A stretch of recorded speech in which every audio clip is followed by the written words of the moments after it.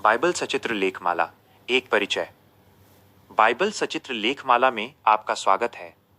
इससे पहले हमने बाइबल सभी के लिए एक छोटी फिल्म श्रृंखला के माध्यम से बिल्कुल शुरुआत से यानी सृष्टि की रचना से लेकर परमेश्वर ने सृष्टि का निर्माण कब और कैसे किया, इन सभी घटनाओं को चित्रों के माध्यम से सरल शब्दों में अपने YouTube चैनल पर शुरू किया है। अब हम ईसा मसीह के जन्म से संबंधित और उसके बाद के नए नियम न्यू टेस्टमेंट की सभी घटनाओं को विस्तार से और क्रमवार सुनने और देखने वाले हैं।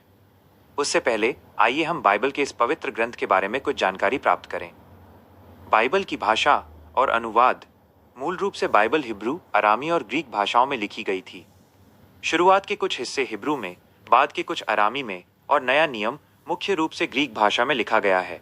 ईसा मसीह के बाद की घटनाओं के लिए ग्रीक भाषा का उपयोग किया गया क्योंकि उस समय ये भाषा सबसे अधिक प्रचलित थी। क्या आप जानते हैं, बाइबल का अनुवाद लगभग 780 से अधिक भाषाओं में किया जा चुका है। कुछ भाषाओं में इसके कुछ हिस्से हैं तो कुछ में पूरी बाइबल उपलब्ध है। 1382 में जॉन वाइक्लिफ ने अपने हस्तलेख में इसका अंग्रेजी अनुवाद किया। 1525 में विलियम टिंडेल ने नए नियम का अनुवाद किया। 1535 में पहली पूर्ण मुद्रित प्रिंटेड बाइबल प्रकाशित हुई। संरचना और लेखक। बाइबल की पुस्तकें लगभग 40 विभिन्न लेखकों द्वारा अलग अलग समय में लिखी गई हैं। यह लेखन मसीह के जन्म से 3000 साल पहले से लेकर मसीह के जन्म के बाद 1000 से 1500 साल की अवधि के बीच हुआ है।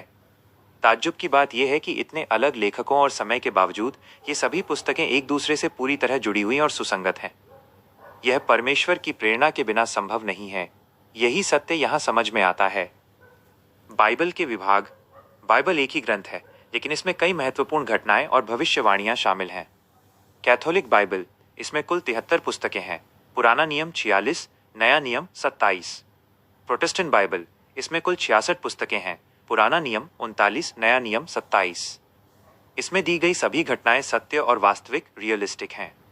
इसमें बताया गया है कि परमेश्वर ने सृष्टि का आरंभ कैसे किया, वे इसका अंत कैसे करेंगे, और जो लोग उनके पुत्र ईसा मसीह, जो पवित्र आत्मा के वरदान से जन्मे, पर विश्वास रखकर उनके बताए मार्ग पर चलेंगे, उन्हें परमेश्वर स्वर्ग में कैसे स्थान देंगे।